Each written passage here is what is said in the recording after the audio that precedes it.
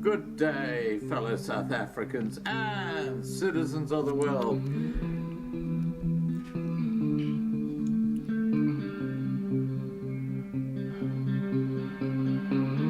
I've been looking around for salvation. I've been looking around for the truth. All around me I see frustration, and I looked all over till I found you. I sit and listen to your stories, and you're telling me, please don't worry. So lot in this world you should know, and love in life is where you should go. If you're looking for somewhere to go, if you're looking for someone to know, if you're looking for someone to guide you, then love in life will guide you. I know that life... Goeienaand, good evening fellow South Africans and citizens of the world, and welcome to tonight's live stream.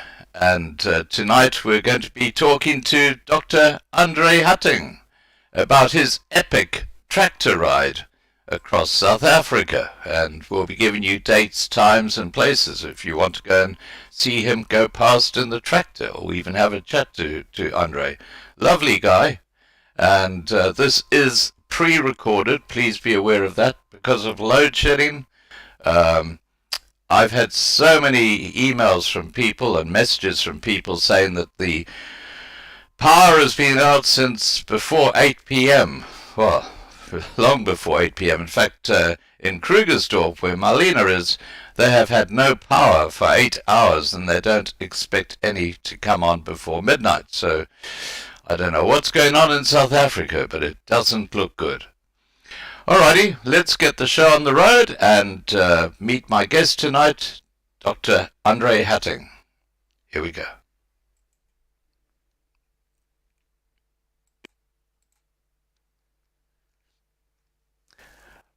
Hi, Dr. Andre. Hi, Scott. How are you doing tonight? Excellent, thank you. Excellent. Now, you've got quite a journey coming up for yourself, but before we go into that, tell me about how you got involved in pediatry or pediatric care. Okay, Pediatric Care Africa. Actually, the idea for Pediatric Care Africa actually started with me in 1994. Right. I was a volunteer in Rwanda for a number of days, and nobody actually did anything to protect and help the children. And I promised that one day that was that genocidal attack between the Hutu and the other mob. The Tutsis, yes. Yeah, exactly Tutsis, that. yeah. Yes, it was sold to us, but that was long before Facebook and so on. So it was sold to us as a minor tribal dispute. There was nothing minor about it when we got there. There were about 800,000 people killed there. That's the official figures. Yeah. The real figures are probably much higher. And then, of course, of that, there was 36,000 children killed. But for each child that was killed then, 7 children were severely injured. Chopped with machetes, burned, run over by a car, kicked, thrown against the walls. And nobody did anything to help them.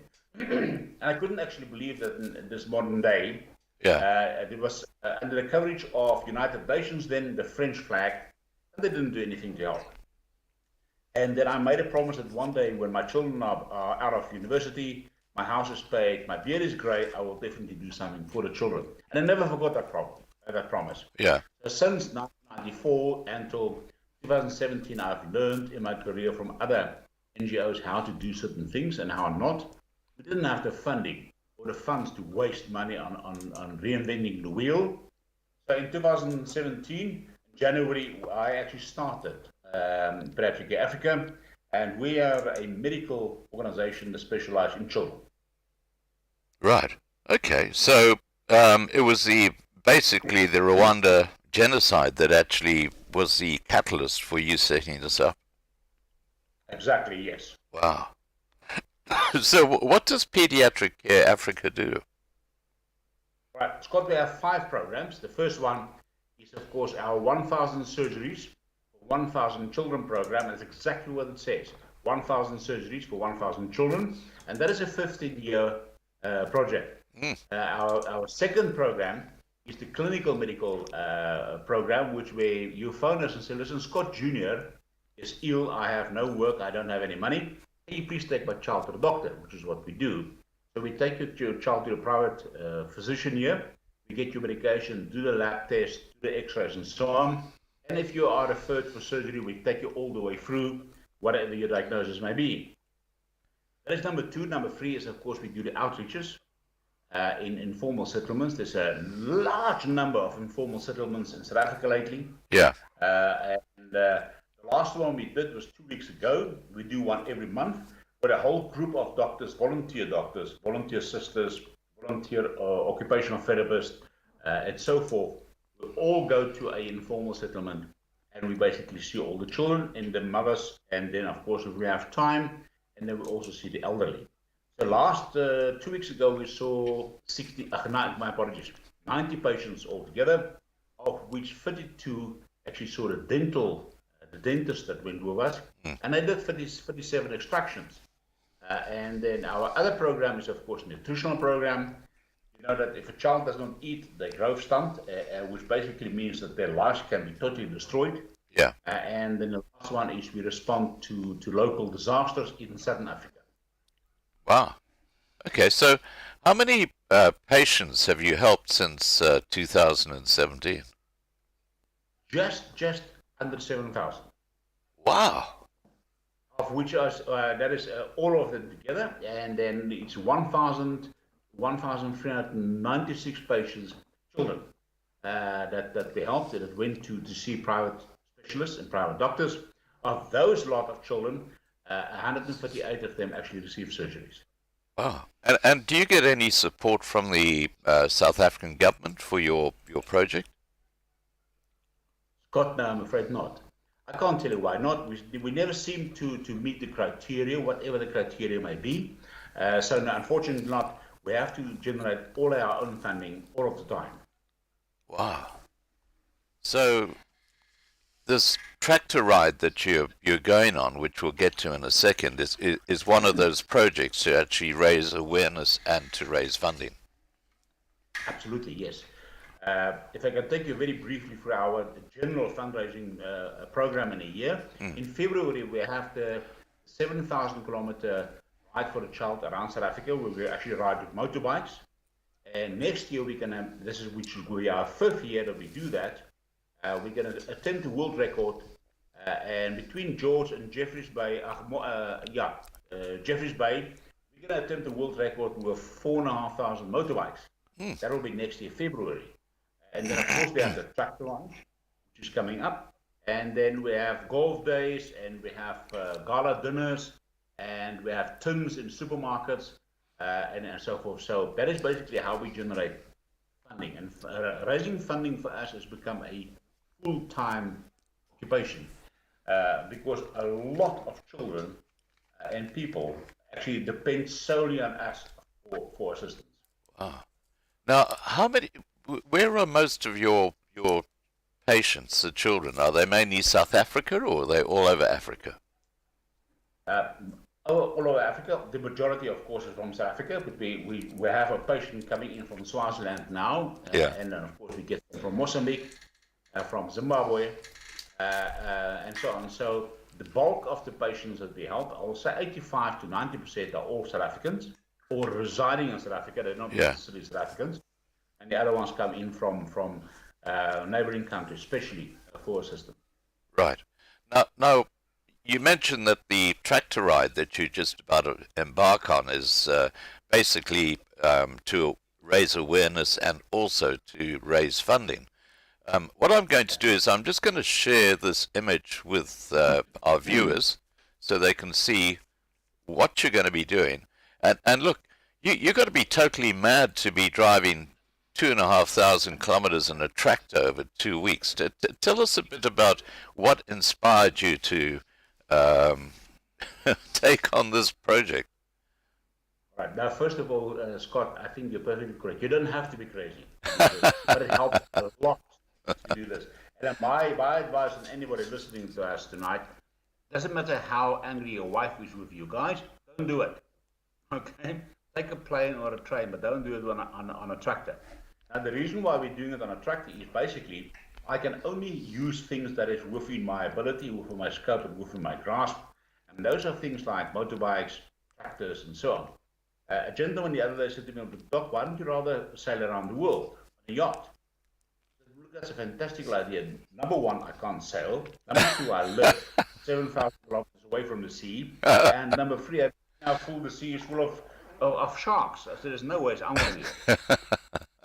I come from a farm, so I'm familiar with tractors. There's one available to me. Mahindra is sponsoring us with their newest model tractor, which I drove today. I must say I was very, very impressed, and so forth. So I can only use things that is within my availability. Right. And obviously, seeing that you're going to be traveling through rural areas, I mean, one of your focuses is also farm attacks and farm murders, isn't it? Yes, absolutely. I must say, very briefly for your listeners who don't know, the first one that we write for, of course, is for to raise funds for surgery. This is for larger surgeries that we don't normally raise funds for with the motorbike, with our normal things. This is for very expensive surgeries, so we write for 2 or 3 children. And then, of course, very, very big problem in South Africa. We supported 911 riders 100% in their fight against farm murders, farm safety. I must say, our farmers in South Africa do not receive, in my opinion, do not receive any assistance from law enforcement or from anybody else. They are very, very vulnerable. I mean, this year so far there's been, if I stand corrected, but I think there were 70 farm attacks already. In the last few weeks, 8 people have been murdered on farms. Yeah. Some of them were very, very gruesome murders. I mean, there's an older couple in the 70s who was tied up and burned. I mean, how brave must you be to attack an elderly couple, tie them up, and then put them on fire? So these murders are brutal. They're not your normal run-of-the-mill murders, but I think that you will have when you rob a house. You don't put people on fire when you just want to steal the cell phone or their vehicle.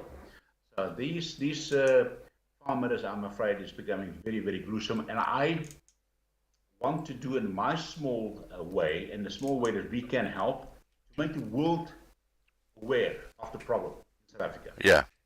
A lot of people like 911 riders and dozens and dozens of other people who have the same agenda has delivered documentation to the government many, many occasions, and nothing seemed to be working.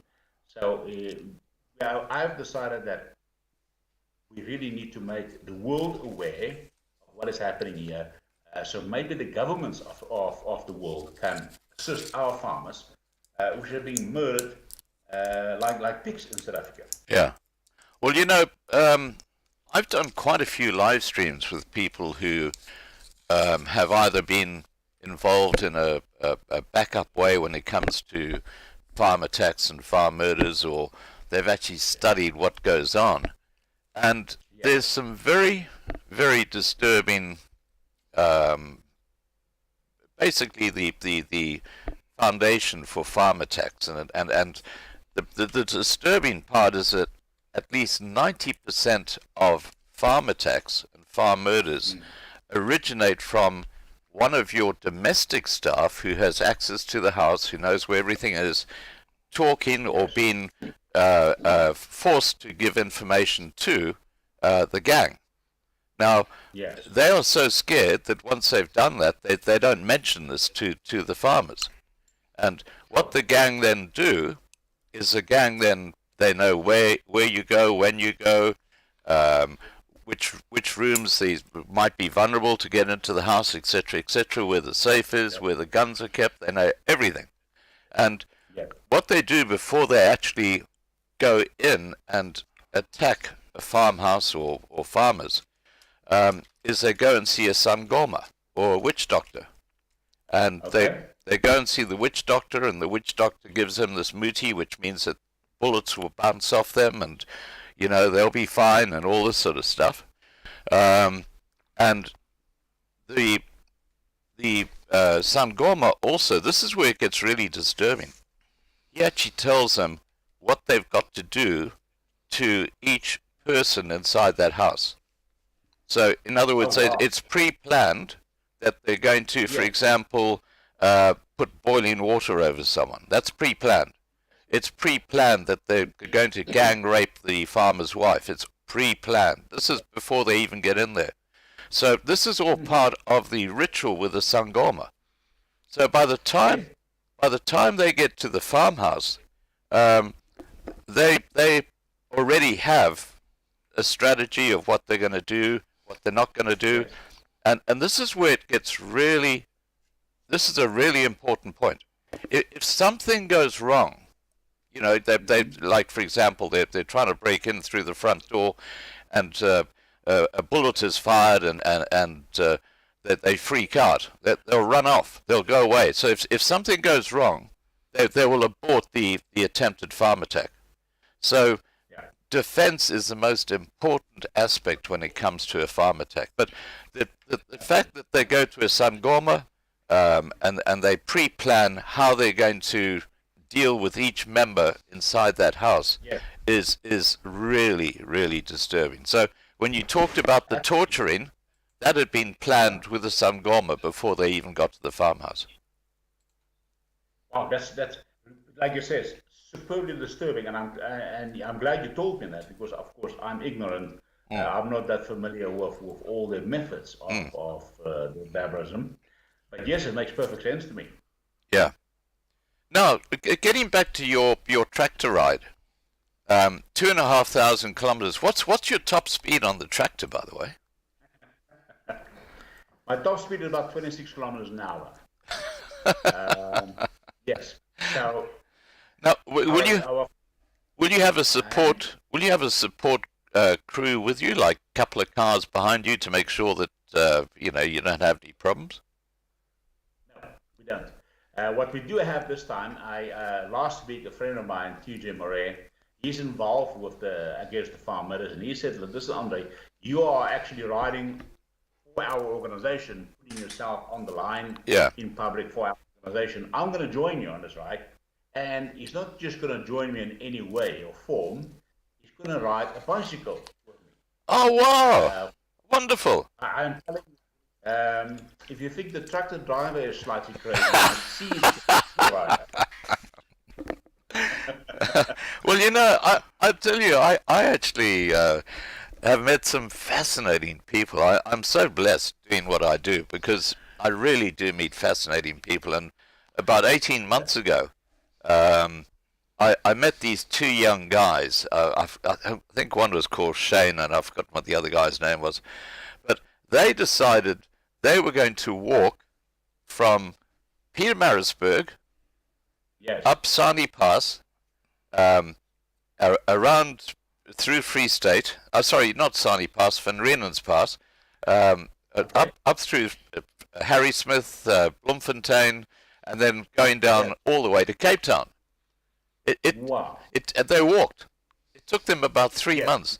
And these guys were so crazy that they went with a couple of old pairs of tackies. They started off with an old pair of tackies, and by the time they got to Escort, their feet were covered in blisters. And we'd actually we started covering their walk from Moy River.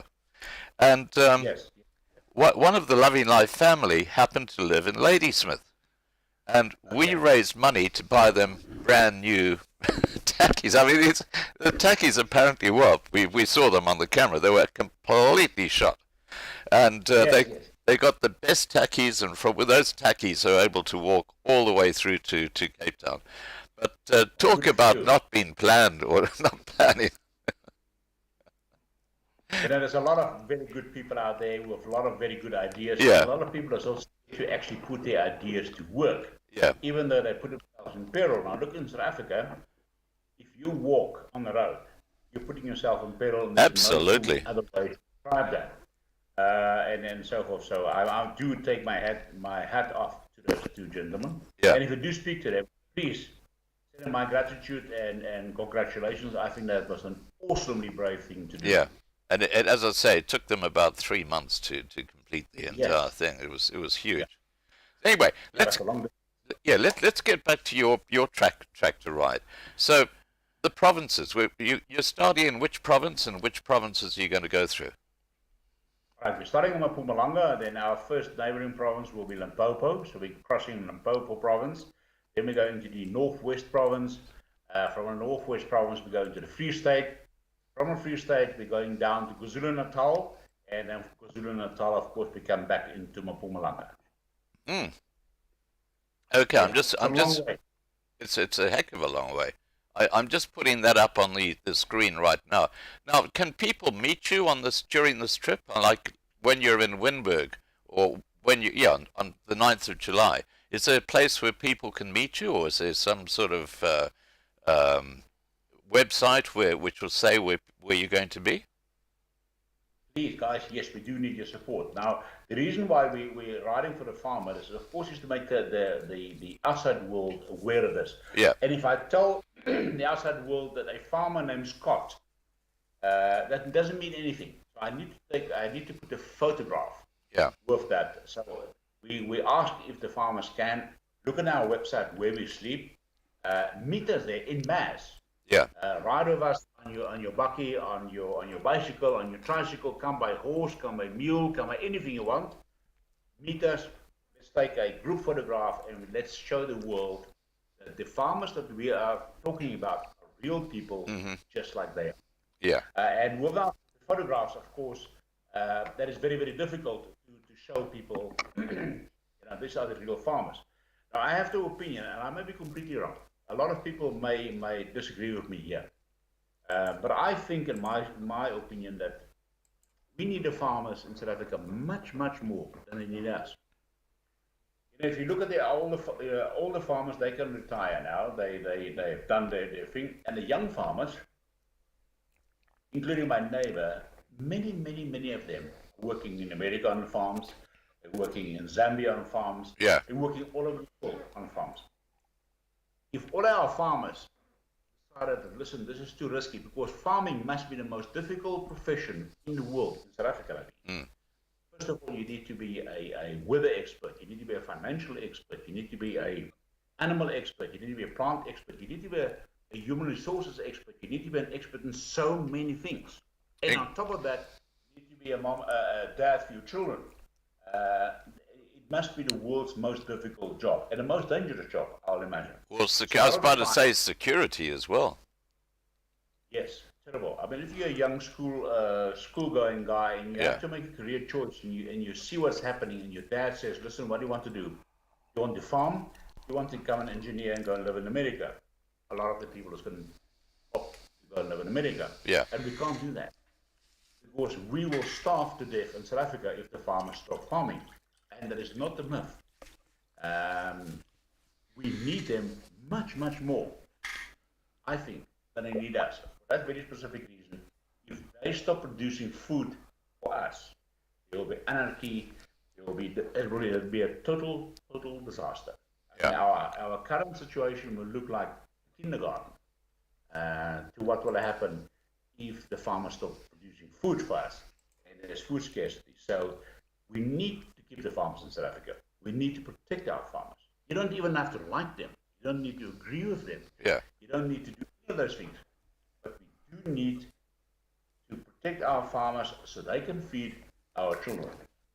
I spoke to a farmer about a week ago on a live stream. His name was TV, and he lives near Harrismith. Okay. He was talking about the challenges that he and the other farmers in that area face because they're quite near Lesotho. Yes. And Yes. he was saying that the amount of stock theft that takes place is extraordinary. And a lot of the smaller farmers, you know, these are just like family farms, they're actually leaving the farm. They're actually saying it's too hard. And they can't sell the farm because of the dangers and the farm attacks and so on. And what sometimes happens is these big corporate farmers come in, you know, corporations, and they kind of take over that farmland, and then, you know, but you've then got a concentration of the farmland, the productive farmland in South Africa, in the hands of just a few people, which is not a positive thing at all. No, it's not. You must put you can't put your risk all in one basket. But really, you know, the more I think about it, the more I feel that our farmers need to be protected with the might of the law and the might of the world's protection. Because we need our farmers, not only us in South Africa, our neighboring countries, a lot of them rely on our farmers to feed them as well. Absolutely. So if we don't get it into our heads that our farmers are very, very important citizens, we are heading for a disaster. Absolutely. Have you heard of a fellow by the name of Petrosito? No, I have not. No, sorry. Okay, Petrosito is quite an extraordinary man. He's a black fellow. We've been actually supporting him since 2018.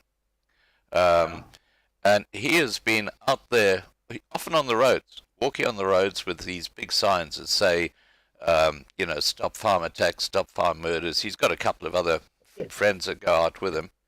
And, you know, I think he's at the moment in Mpumalanga, walking around there, you know, but he's been doing this for about 4 or 5 years now. And you mentioned that now it's starting to ring a bell. The name didn't ring a bell, but yes, the action and the person, excuse me, is definitely starting to ring a bell. You know the same gentleman that walked with the cross over the shoulder? That's him. For the farmer. That's the one. Yeah. That's Petrus. Yes, yeah. I was just wondering if he's sort of in the same area as you, whether it wouldn't be a good idea just to, you know, catch up and meet, because I think it could be quite a good PR exercise. Fantastic idea. I mean, I'm going to ask Tino tonight when we finish. Yeah. I'm going to watch it quickly and ask him, do you know this gentleman? Well, he probably will. He's much more versed in the world of farm attacks and farmers than I am. And it will be fantastic if we can meet with him, even if he can join us for a little bit. Yeah, exactly. If it's not too much out of his way or whatever, that will be great. So thank you so much. That was a brilliant idea. Now, I can actually give you his phone number. I've got his cell phone number, so I can give that to you. So you can, and what I'll do is I will send him some info and just say, look, Petrus, you're going to get a call from Dr. Andre Hattingh, and you know, this is what he's doing, just so he knows exactly what it's all about. But yeah, look, I think that would be a great thing to do, and I would be very interested in it. At a couple of points to actually have a live stream update from you, so we could perhaps talk about where you've been, what's happening, and so on Loving Life. But look, we'll talk about that later. Now, okay, so we've talked about where you're going. Obviously, a tractor is something that farmers can relate to. Yes. Now, are you going to have signage on the tractor, or is it just going to be a tractor going down the road? I mean, because that when you think of Petrosito, you think of that cross that he carries. I was wondering if you're going to have a cross with something like that says farm attacks or something like that on the tractor.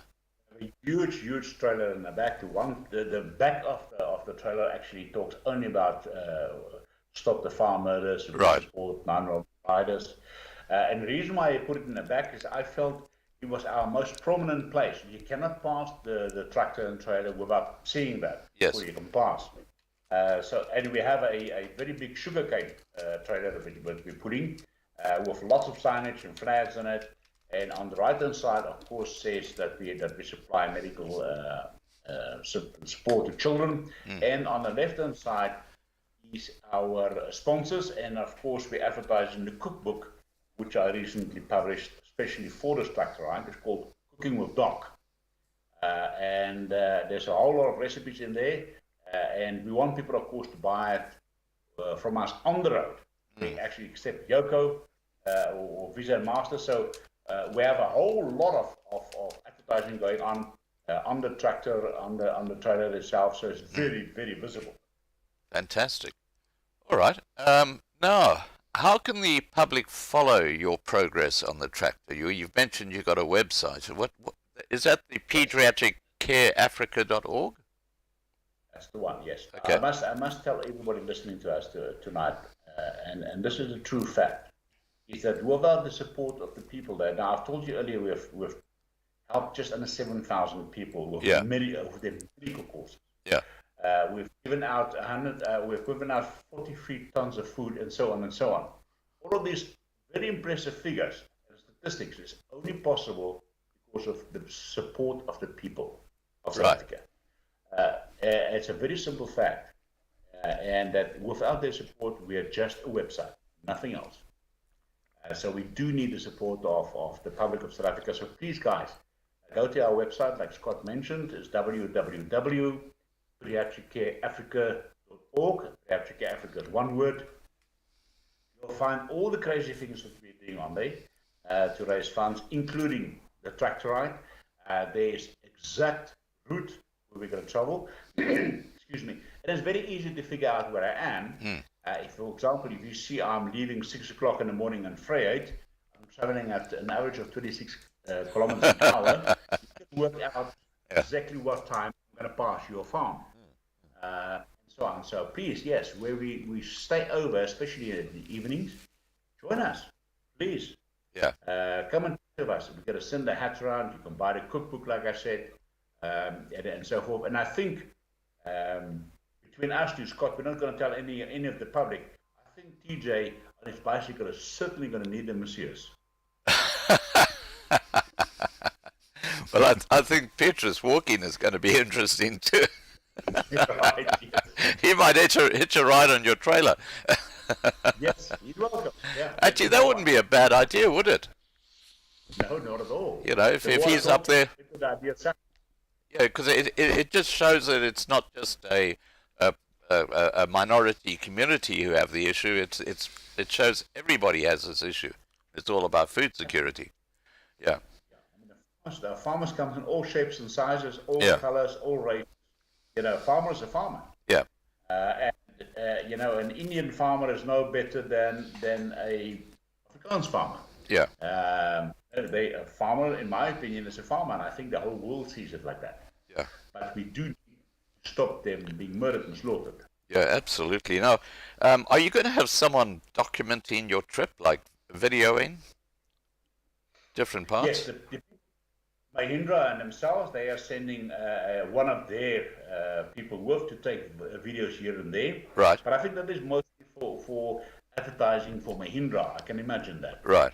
And rightly so. I mean, I am driving a brand new, beautiful tractor for 2,500 kilometers, which is going to make the value much less than it is right now. And yes, we're going to do some filming ourselves. Of course, we're going to put it in our Facebook, and you will find it on our website and so forth. So there's going to be a lot of coverage. And also, we're going to do a lot of TV programs, hopefully. The South African TV, there's SABC and so on, about the tractor ride. So yes, it's very, very visible. Fantastic. And are we able to use some of that video footage on Lovely Life TV from your Facebook page? Once that we shoot ourselves, you're totally welcome to do it, yes. Fantastic. The ones that, of course, other people do that I can't speak on their behalf, the ones we do, which ones you'll find on our Facebook. Once it's in our Facebook, it is in a public domain, and you're very, very welcome to use it. Fantastic. Now, if public in other parts of the world want to get involved, how can they get in touch with you? Is that through your website and your email address? Yes. Website is the best. Our telephone numbers are there. Our office numbers are there. Our email addresses are on there. Everything is on there. and so forth. So we do ask for people across the world Yeah. get in touch with us. This is not the problems that we're facing here, that we're trying to solve in South Africa, is not a thing that myself and a few of my closest friends can solve. Really, it's not. It is something that we need to involve the world with, and we need the support of people on the outside of the world that can not only support us in our programs, but also can give us maybe a different perspective. Once we are in this kind of industry, we seem to get one perspective only, and a person from Denmark may see things completely different. Yeah. They may have a solution for a problem that we're sitting with, that because I am so involved in it, never thought of. So please, guys, doesn't matter where in the world you are, even if it's only moral support, it's not always just about money. Yes, money is important. Doctors don't save lives, money do, but we as the people doing this, because we're all volunteers, we also need a little bit of moral support, especially my team. I mean, these guys work tirelessly. Yeah. No money, they're all volunteers. Nobody gets a cent salary. They're all strictly volunteers, and they do need some uplifting words from somebody, and just somebody in Portugal to say, "Well done, guys," or a guy in Australia in the outback saying, "Geez, man, you guys are doing a fantastic job," and that keeps them motivated and that keeps them going, and so forth. So yes, please, not only financial. Please, we also need your moral support, your advice. Maybe you have encountered the same things as we have, and you have got a good plan. Share it with us, please. It's interesting about what's... it kind of sums it up, what happened the other day in Warsaw, Poland, where Ramaphosa's plane was impounded because they had this huge amount of weaponry on the plane. And the thing that really struck me, Andre, was the fact that he had on that plane a security detail of 100 people. This is Ramaphosa. 100 people flying with him who were his security detail, who were there to protect him. And yet they can't string together one person to protect farmers. You have a very good point. I must say, myself, you, and the rest of the world were all shocked to hear that there was 100 people on that plane to protect him, with all that containers and containers and containers worth of apparently weapons and ammunition. 13 large containers, yes. Full of weapons. And that was a bit, I think the whole world, including every one of us here, went, "Whoa, what is this?" Yeah. We do expect everybody, any president deserves and must have protection. But 100 people in 13 containers, that is a bit excessive in my opinion. But I don't know anything about protecting presidents. But like you say, yes, share some of that bounty and protect the farmers a little bit. Absolutely. In fact, on the 29th, that's in about a week's time, well, it's next week, because this will be running on Friday, I'm going to be talking to Colin Weir, who's an air safety expert. And we're going to be talking about the ramifications of what happened in Warsaw, because what the South African government did was just absolutely mind-blowingly stupid. And now they're trying to suggest that it was a racist issue. I mean, seriously? No, really. A gun doesn't have race. Yeah. A permit doesn't have race. Yeah. A permit is a piece of paper and a gun is a piece of metal. It's got nothing to do with race. It's to do with the permit and with the weaponry. It's what they do. It's what they do, like blame apartheid for everything. Now, let's let's get away from the politics and let's move on to your adventure. Can we put pressure on our respective governments to put pressure on the South African government to protect the farmers in South Africa? Please do. That's why we're riding. We know that our internal pleas goes unheard. They ignore us completely. We've had massive motorbike rides. We have massive all kinds of things, and nothing ever happens. So please, yes, we do plead with you that if you can, maybe your government can speak to our government to say, listen, you have to look after the farmers. Yeah. Yeah. All right. Now, just while you mentioned a bikey ride from to Jeffreys Bay when you're trying to get over 4,500 bikes. I've actually got a couple of people good friends who are prominent members of the biking community. Right. If you just send me that info, I will let them know so that they can contact you and participate. Absolutely. I'll do that with the greatest of pleasure, and it's also available on our website, the whole itinerary and so forth. So although it's still a long ways away, we need to book the bigger bike groups long before the time so that they actually keep the date open for us. Don't arrange any other things. So we need 4,500 motorbikes, guys, and that must be absolutely a sight to be behold. You know, when I ride on a motorbike by myself, I'm an annoying middle-aged guy. But if there are 4,500 of us, you have to sit there and take notice and say, whoa, something big is going on here. Absolutely. And that's something big that's going to happen is because we need to help our children that does not receive the medical care that they fully deserve. Are you going to have the Guinness Book of Records officially monitoring your ride? No, they charge us £10,000. You're joking? No, because it's a organization, and I can't recall the exact wording, but because it's not a single person doing the world record attempt, but multiple people, it must go through an agent or whatever the terminology is that they use, and the fee and that is £10,000 if I remember correctly. So we've opted with the guys in the US, which is absolutely free of charge. Oh, so they're going to recognize it? Yes. Okay. It's going to work like this. We have to go through a toll gate. Yeah. Of course, they count the motorbikes electronically. Yeah. And then we have some people standing on bridges with sheep counters. And that's the bike. That's why we'll drive at a 50 to 60 kilometers an hour speed. Right. To give this time to count.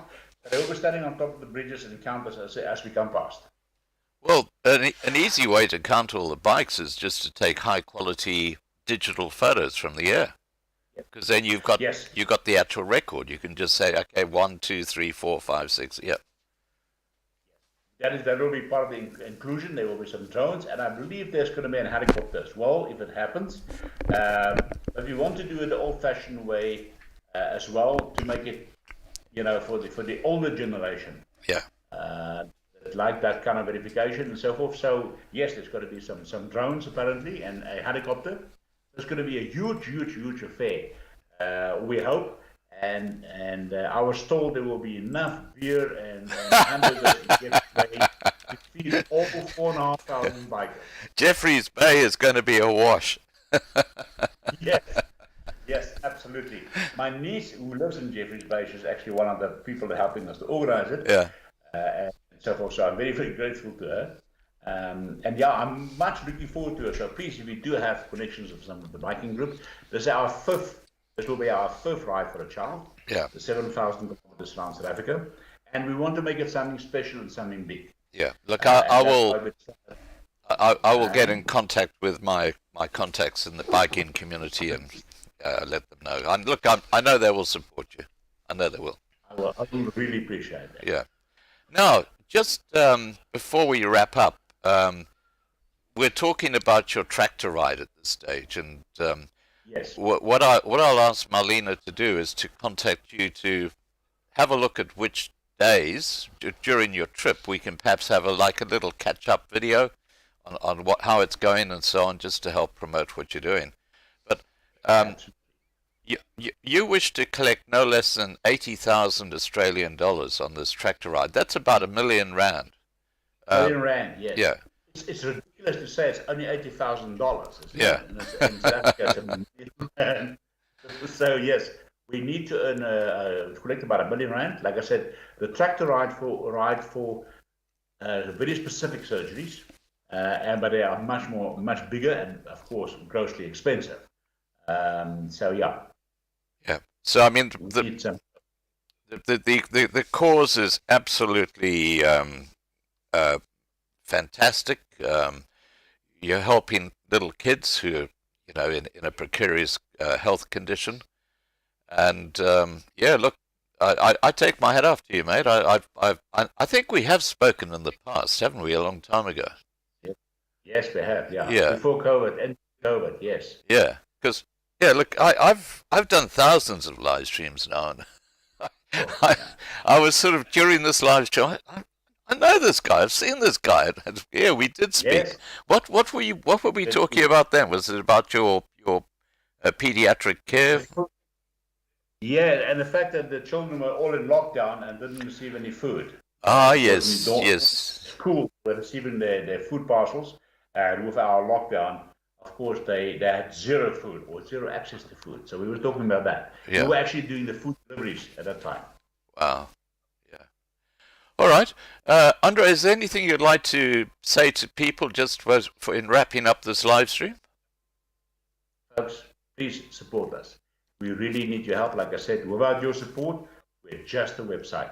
And there's so many children that rely solely on us for their assistance. We can't let them down. So please help us. Right. Okay. Great. And look, I will put Beatrice's cell phone number in the side chat here on Skype, so you can contact him direct. But I'll also get Marlena to speak to him tomorrow, just to explain to him what the call will be all about, so he knows what's happening there. Alrighty. That'll be great. Thank you so much, Scott. It was great speaking to you again. Yeah, and have a great trip. Everybody. Hi. Have a great trip. Thank you, and you too. And we'll definitely speak again on the road trip. Okay, fantastic. I look forward to that. Thanks, Scott. Okay, Andre, take care. Bye for now. Bye.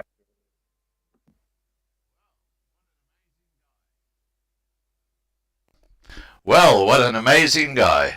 That's Dr. Andre Hattingh, and people like that really make things special. And we will be covering his tractor ride at a couple of points in it, and just so we find out what's going on, and hopefully people put their hands in their pockets and help support what he's doing. All right, guys, I'm going to wrap up this live stream in a second, but before I do, I just want to take you through next week's live streams, because we got some crackers coming up.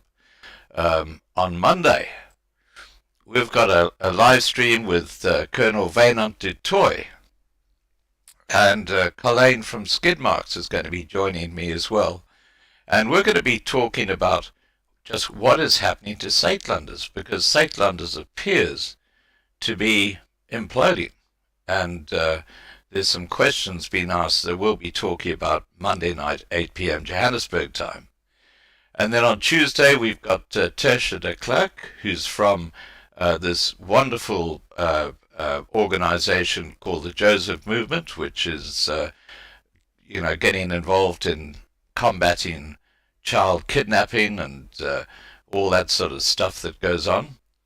Then on Wednesday, we've got Dr. Ivan Jardine, and we're going to be talking about the National Health Insurance project, or this absolutely crazy move from private and public health in South Africa to just public health.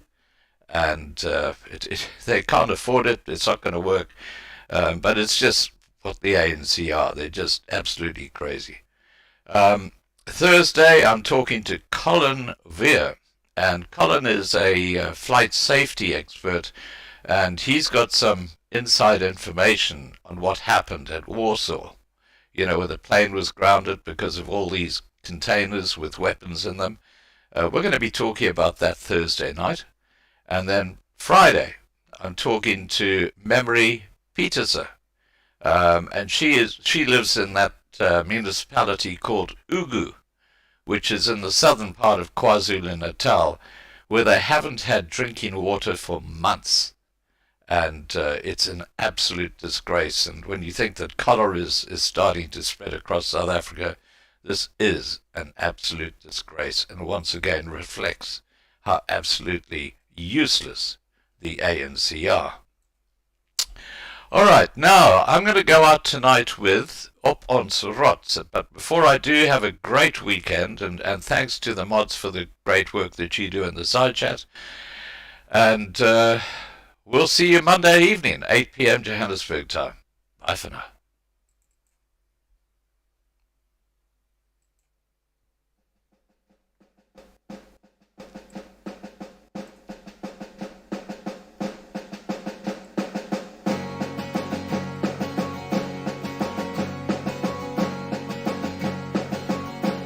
Ons loop hand aan hand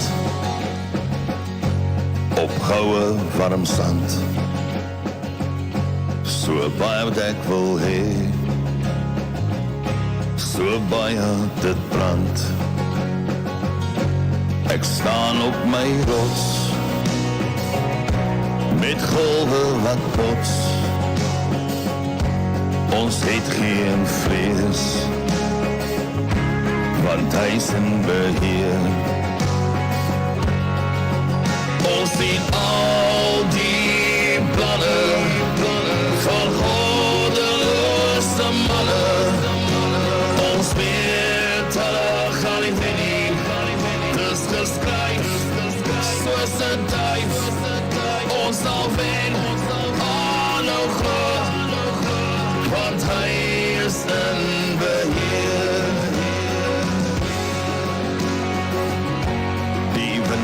Waai sterk, dis kragte wat werk. Die gevoel in my hart, dis vrees wat wil brand. Ons is boere met trots, met my hand in my bors. Ons ken geen vrees, want hy is in beheer. Ons sien al die planne van goddeloze manne. Ons weet hulle gaan nie wen nie. Dis geskryf soos 'n duif. Ons sal wen, aanhou glo, want hy is in beheer. Ons sien wat gebeur, die leer sal ons die steen. Kom staan nog 'n keer, ek is stil, want ek weet hy is in beheer. Ons sien al die planne van goddeloze manne. Ons weet hulle gaan nie wen nie. Dis geskryf soos 'n duif. Ons sal wen, aanhou glo, want hy is in beheer. Ons sien al die planne van goddeloze manne. Ons weet hulle gaan nie wen nie. Dis geskryf soos 'n duif. Ons sal wen,